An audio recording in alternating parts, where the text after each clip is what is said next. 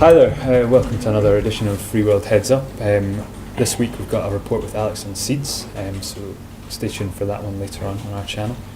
Sanjoy, we were chatting last week about an exciting week for the currency. Yeah. Didn't really happen, did it? That's right. It was quite different because we didn't have the high levels of volatility we've been getting since January. Really, it was really very even. We're just drifting around the pound 141 to 142, and the euro, let's say 1.125 to 1.1320 or so. So quite quiet, and I really don't have a lot to say about that. But next Thursday, is the ECB rate and QE decision on Thursday. And that I think will be a big one. There's this continuing drama going on about how much money we're going to pump in through QE into Europe.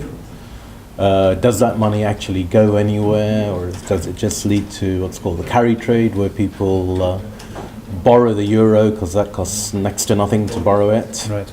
In fact, it's theoretically making money just doing that, and then financing speculative purchases in currency, in other currencies.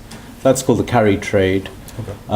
Does reducing the interest rate actually lead to people spending more, which is what they're trying to stimulate? Okay. People spending. The indices that have been coming out in the last couple of months really suggest maybe that's not entirely true. People start worrying, I guess, and of course, deflation. Though it sounds good, everything gets cheaper. Yeah. Means closed factories. The reasons why we're losing the steel mills in Wales unless we can sell them for £1. Is because steel has got too cheap, so it's not always huge, good, huge knock. People lose jobs, and if they're thinking they might lose their jobs, they don't spend money, and that's completely reasonable. So, maybe economics isn't simply all about just using the interest rate lever to try and push the economy and to kickstart the economy is the general thing.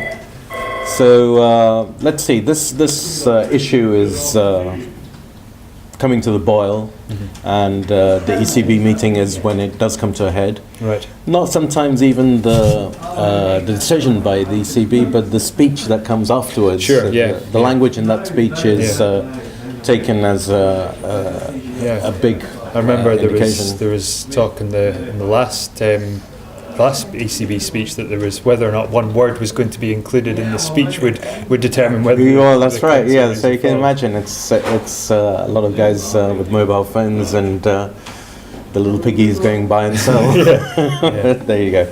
But on a kind of a more kind of health related, a more kind of dried fruit and nut note, got some news on walnuts. Here it is, and it's here we have.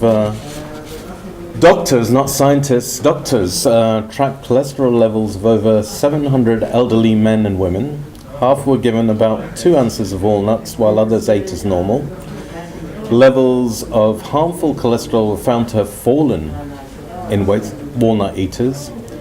Those who were given the nuts as part of their diet did not experience any weight gain. So this is the non-fattening way to eat and improve your health. An example of perhaps a more cynical might say we're getting a lot of this kind of industry sponsored research, which is always positive for the sponsor. You don't rarely see it going there you go. And also, if you know your statistics, a very small difference becomes significant when you have a large sample. So 700 elderly men is you're probably going to find a lot of significant differences there. Sure. Having said all that, it's got to be good news for our industry, and it's got to be good news, of course, for walnuts in particular. walnuts have been very expensive the last 2-3 years, and now they're coming down with the bump. We see elsewhere, there was an article in Food News, in fact, which said that pretty much only 60% or 50 or 60% of Chilean land which is under walnut cultivation is actually producing yet. So, as they take quite a while to come into growth and producing nuts. It does mean that, over the next few years we'll see more and more Chilean walnuts. Right. Okay. And I think that's a great thing, because I think these are some of the best walnuts in the world. Yeah. I really do think they're very good.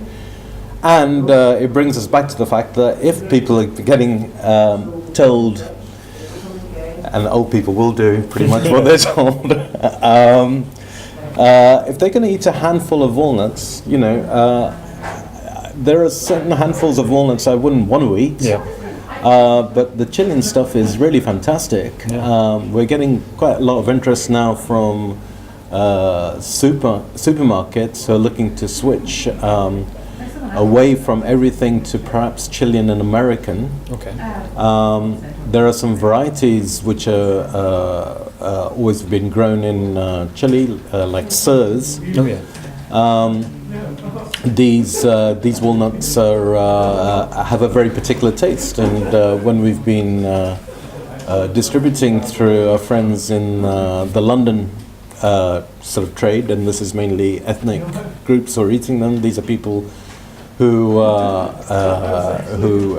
have some sort of knowledge of what walnuts should taste like,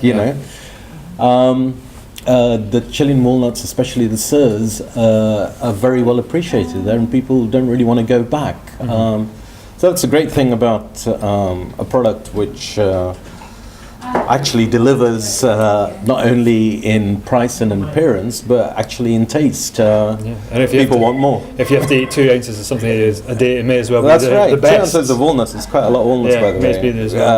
So I think this is all very good news, and I think very good news for our Chilean walnut sales. Yeah, exactly.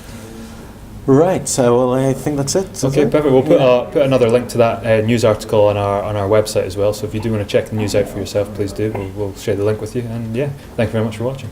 Okay.